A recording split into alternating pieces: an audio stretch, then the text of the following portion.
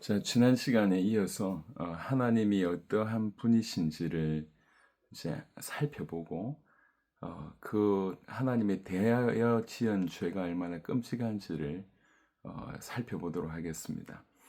지금 우리가 다시 복음으로라고 하는 그 주제를 가지고 조금씩 수요 예배 때, 금요 차례 때 여러분들하고 말씀을 나누고 있습니다. 예수님이 하나님의 아들 그리스도라고 하는 이 짤막한 문장 안에 실로 사실은 엄청난 것이 담겨져 있습니다. 그래서 계속 사도들이 예수님이 하나님의 아들 그리스도이심을 전하면서 성경 전체를 통해서 계속 풀어냈습니다. 하나님이 어떠한 분이시며 죄가 어떠한 것인지, 그리고 그 죄의 이를 해결할 수 있는 유일한 길이 어떤 방법이었는지를 계속 풀어내면서 궁극적으로 우리를 구원할 수 있는 분은 성경에 약속된 메시아인데, 예수님이 바로 그 메시아이심을, 무엇보다도 그분의 십자가의 죽으심과 부활을 통해서 그걸 극명하게 드러내셨음을 사도들을 통해서 계속, 성경을 통해서 계속 우리에게 알려주고 계십니다. 그래서 이런 심플하지만 너무나 어마어마한 이 복음의 그 수면 아래에 있는 엄청난 내용들을 계속 우리가 살펴보게 됐을 때, 예수님이 하나님의 아들 그리스도라고 하는 복음이 얼마나 놀라운 메시지인지를 우리가 다시 한번 알게 되리라 생각합니다.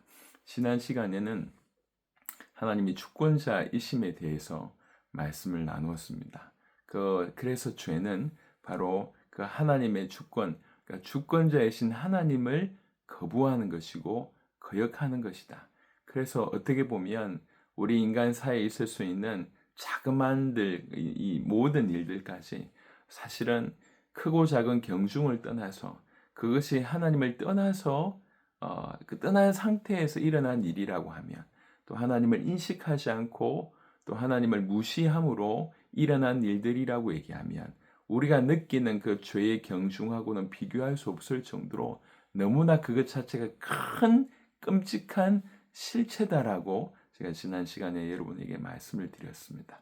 자, 오늘은 하나님의 의로우심에 관해서 좀 살펴보겠습니다. 의로우신 하나님, 완벽하게 의로우신 하나님, 완벽하게 올바르신 하나님, 완벽하게 도덕적으로 탁월하신 그 하나님. 죄는 바로 그 하나님에 대하여 짓는 것입니다. 자, 의롭다라고 하는 단어는 히브리어로 차디크라고 라고 하는 단어입니다. 그리고 헬라어로는 디카이오스라고 하는 단어입니다. 예, 요 뜻은 의롭다라고 하는 의미와 동시에 올바르다, 그리고 도덕적으로 탁월하다라고 하는 의미가 들어 있습니다. 이건 하나님의 본질적인 속성입니다. 하나님은 의로우신 분이십니다. 하나님은 특별히 그분의 의는 영원하고 결코 변하지 않는다고 말씀하십니다. 자, 성경 한번 찾아보도록 하겠습니다. 시편입니다. 시편 7편 보겠습니다. 시편 7편 9절에 보겠습니다. 시편 7편 9절에는 악인의 악을 끊고 의인을 세우소서, 의로우신 하나님이 사람의 마음과 양심을 감찰하나이다. 하나님은 의로우신 분이십니다. 그 의로우신 그분이 사람의 마음을 감찰하시고 사람의 양심을 감찰하신다고 얘기하십니다. 예, 그분의 의로우심과 그 의로우신 하나님이 뭘 하시는지에 대한 내용이 시편 7편 9절에 언급되어 있습니다. 우리 하나님은 의로우신 분이시다. 자, 시편 119편에 그리고 142절 보겠습니다. 시편 119편에 142절입니다. 119편 142절에 주의 의는 영원한 의요, 주의 율법은 진리로소이다 라고 되어 있습니다. 하나님은 의로우신 하나님이십니다. 그리고 그분의 의는 영원하십니다. 그리고 결코 변하지 않습니다.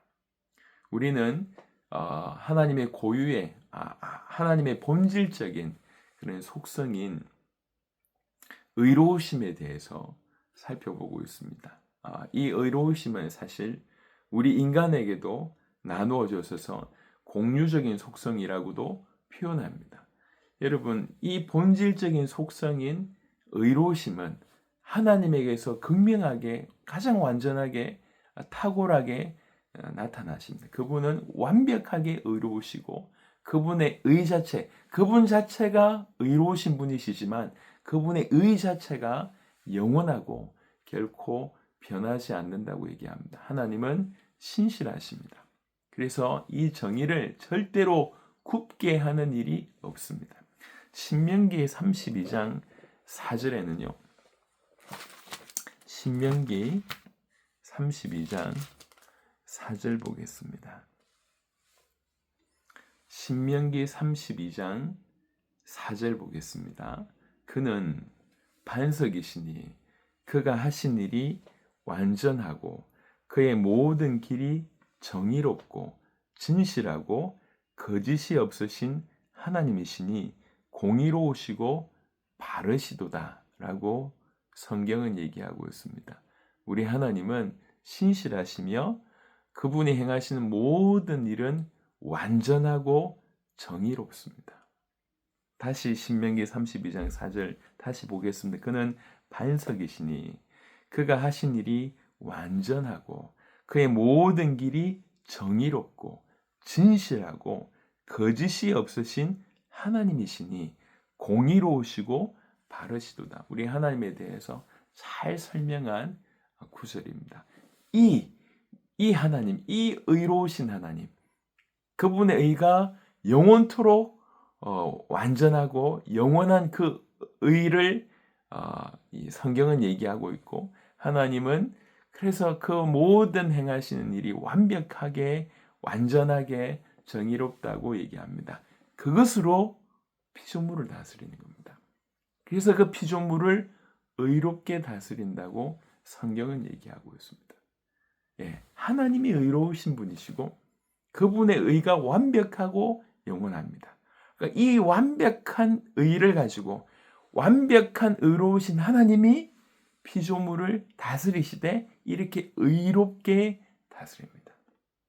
그래서 하나님은 의로운 일을 좋아하시고 의롭지 않은 일은 무엇이든지 정오하신다라고 조금 설명할 수가 있겠습니다. 시편 11장 11편 시편 11편 보겠습니다. 11편 7절입니다. 시편 11편 7절입니다. 여호와는 의로우사 의로운 일을 좋아하시나니 정직한 자는 그의 얼굴을 배우리로다. 이렇게 되어 있습니다. 자, 그 바로 위에 5절부터 한번 다시 보겠습니다. 여호와는 의인을 감찰하시고 악인과 폭력을 좋아하는 자를 마음에 미워하시도다. 악인에게 그물을 던지시리니 불과 유황과 태우는 바람이 그들의 잔의 소득이 되리로다. 여호와는 의로우사 의로운 일을 좋아하시나니 정직한 자는 그의 얼굴을 배우리로다. 하나님이 의로우신 분이시고요. 그분의 의가 영원하고 완벽합니다. 그리고 우리 하나님은 그래서 이 의로운 일을 좋아하신다고 합니다. 자, 그것에 대해서 반대로 설명하면 의롭지 않은 모든 일은 미워하십니다. 조금 더 표현하면 정오하십니다. 그분의 의로움은 의롭지 않은 것에 대해서 미워함으로 정오함으로 나타납니다. 하나님은 천사와 이 인간들을 절대적인 공의와 공평함으로 심판하신다. 이렇게 되어 있습니다. 시편 아까 읽었던 9편을 다시 보겠습니다. 9편 시편 9편 7절 8절 보겠습니다. 시편 9편 7절 8절 여호와께서 영원히 앉으심이며 심판을 위하여 보좌를 준비하셨도다. 공의로 세계를 심판하시며 정직으로 만민에게 판결을 내리시리로다. 여러분, 심판은 그분의 절대적인 공의로 또 공평함으로 심판하십니다. 만군의 하나님은 심판을 통해서 당신이 높임을 받으실 것이고 의로우신 판단으로 그분의 거룩하심을 밝히 드러내시게 될 것입니다. 이 구절은 조금 이따가 살펴보도록 하겠습니다. 그래서 잠시 좀 정리를 좀 하면 하나님은 의로우신 분이라는 거예요. 그러니까 그 의가, 그 하나님이 가지시고 있는 그 의는 완벽하게 영원하고 완전하고 절대적이라고 얘기할 수가 있겠습니다. 그리고 그 의를 가지고 모든 만민을 통치하십니다. 다스리십니다. 의롭게 다스린다는 거. 완벽하게 옳음으로 다스린다는 거예요. 예. 그런 하나님이 당연히 의로운 일을 좋아하시겠죠. 의로운 일을 좋아할 거고 의로운 자를 좋아할 것입니다. 그 반대는 의롭지 않은 것에 대해서 분노하시고 미워하시고 정오하신다고 볼 수가 있습니다. 근데 여기서 그치지 않고 우리 하나님은 만물의 주권자이시면서 심판자십니다. 그 심판을 뭘로 하시냐? 그분의 의로 하신다는 거예요. 그분의 의, 그분의 공의로 만물을 심판하신다는 거예요. 우리는 반드시 그 심판하실 하나님 앞에 언젠가는 서야 될 것입니다. 자, 이사야 5장을 보겠습니다. 이사야 5장 16절 보겠습니다. 이사야 5장 16절 오직 만군의 여호와는 정의로우심으로 높임을 받으시며 거룩하신 하나님은 공의로우심으로 거룩하다 일컬음을 받으시리니. 여러분, 우리 하나님은 심판하십니다. 그러면서 심판을 통해서 심판자이신 그분이 알려지게 되고 그 심판을 통해서 결국에 높임을 받으실 것입니다. 의로우신 판단으로 그분의 거룩하심이 밝히 드러날 것이다라고 얘기를 하고 있습니다. 그래서 그 누구도 하나님이 불의하시다라고 비난할 수가 없습니다. 하나님은 의로우시고 그분의 사역, 그분의 계획, 그분의 심판 모든 것이 완전하고 의롭습니다. 욥기 한 구절 더 보도록 하겠습니다. 욥기 36장을 보겠습니다. 36장 23절. 욥기 36장 23절. 자, 이런 구절이 있습니다. 누가 그를 위하여 그의 길을 정하였느냐? 누가 말하기를 주께서 불의를 행하셨나이다 할 수 있으랴? 이렇게 되어 있습니다. 비난할 수 없다. 네, 불의하시다. 얘기할 수 없다. 이 얘기입니다. 여러분, 하나님은 완벽하게 탁월하십니다. 완벽하게 탁월하심에 대해서 성경이 얘기하고 있습니다. 그 완벽하게 탁월하심 중에 도덕적인 탁월하심, 이거를 이제 의다라고 표현할 수가 있겠습니다. 로마서 11장을 잠시 볼까요? 로마서 11장.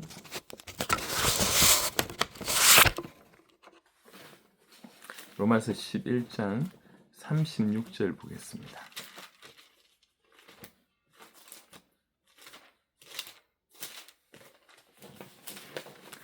로마서 11장 36절 보겠습니다. 11장 36절에 이는 만물이 주에게서 나오고 주로 말미암고 주에게로 돌아갑니다.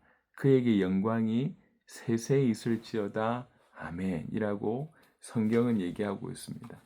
우리 주님이 모든 만물이 주에게서 나오고 주로 말미암고 주에게로 돌아간다라고 얘기하고 있습니다. 그래서 사실 모든 위대하심,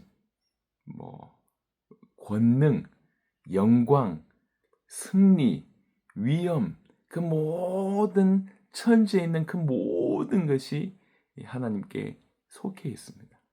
우리 하나님은 영원하신 하나님이시고 불변하신 하나님이시고 보이지 아니하신 분이시고 온 땅에 지존하신 유일하신 참 하나님이 우리 하나님이십니다. 그분은 모든 면에서 완전하십니다. 모든 면에서 완전하신 그 중에 특별히 도덕적으로도 완전하십니다. 완벽하게 의로우십니다. 완벽하게 도덕적으로도 탁월하십니다. 여러분, 우리는 지금 뭔 얘기를 하고 있냐면 하나님에 관한 얘기를 하고 있으면서 조금 더 동시에 얘기하고 있는 바가 뭐냐면 도대체 죄가 도대체 어떤 것이냐, 그 죄에 대한 실체에 대한 얘기를 하고 있습니다. 우리가 그냥 인간사에서 짓는 이런 죄 저런 죄의 개념을 넘어서서 우리는 전부 다 거기에 익숙한데 그걸 넘어서서 진짜 죄의 실체는 뭐냐면 우리가 이 땅에 짓는 모든 것들이 하나님과 하나님에 대하여 짓는다는 거예요. 우리가 이 땅에서 하나님을 떠나 있는 상태, 떠나서 호흡하고 행동하는 그 모든 것들이 사실은 죄입니다. 그 자체가 죄인 거죠.